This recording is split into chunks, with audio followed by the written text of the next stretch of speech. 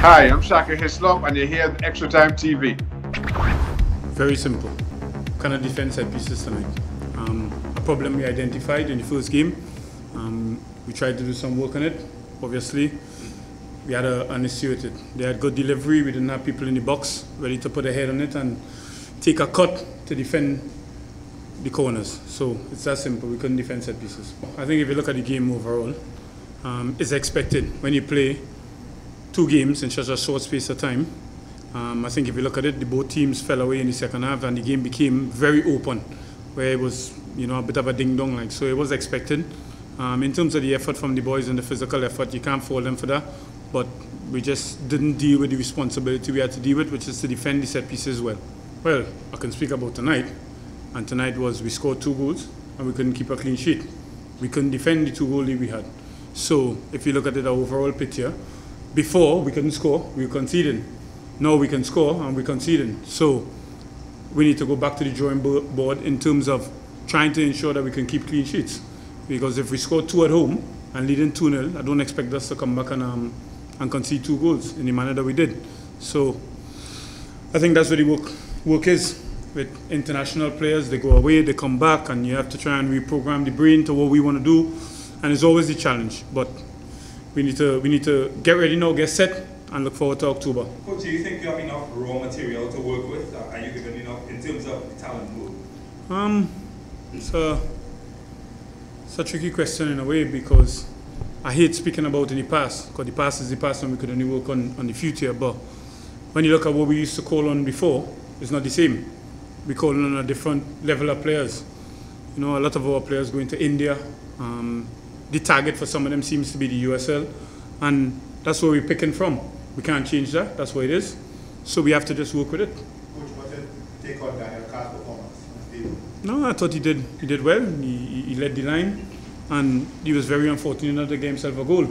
I think with a bit more conviction, he would have put the ball in the back of the net. So I was pleased with him tonight, for his debut for Trinidad and Tobago and his efforts. So I think we can build on his performance. As I said before, it is very difficult at the international level to try and work on these things, because if you look at what we faced when we went to Martinique, we had players that arrived on the afternoon of the 3rd, we had players that arrived on the morning of the 4th. So then you got the 5th and the 6th is the game. So I don't think you want to say you got enough time. What you're hoping is that a player with the international experience is supposed to be able to control the ball, pass it, and do the simple things. So as I said before, we need to revisit some of these things and think about it, that look, whether or not it's for us or not. I think the challenge remains, and we spoke about things in the changing room after, because we set ourselves targets going into these 2 games, and the target just wasn't to come away with 2 points in 2 games. Our target was 4 or 6. We had an opportunity tonight and we lost it. Now what we need to do is we need to refocus. The boys need to go back to the club, because one of the things, if a lot of people look at the squad that was selected, we in the past would select squads based on performances for your football club.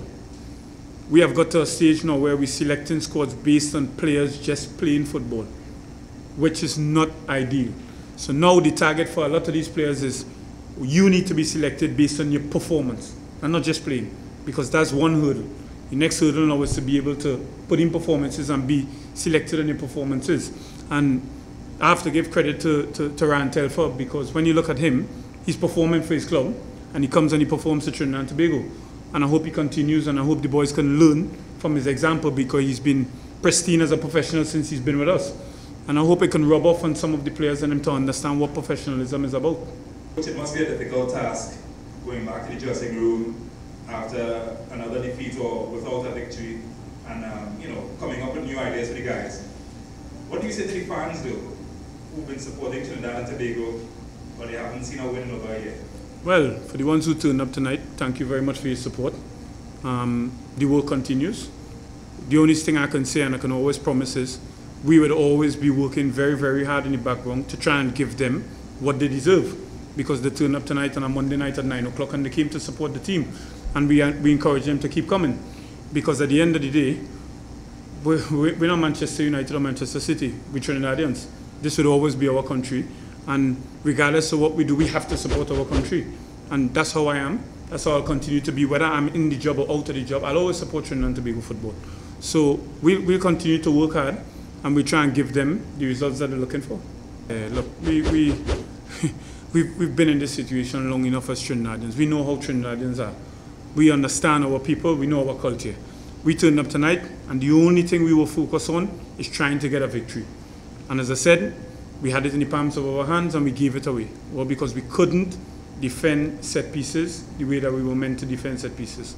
So, you know, as I said before, credit to the ones that came. Really, really appreciate the support, and hopefully they'll continue to come. Would we see changes?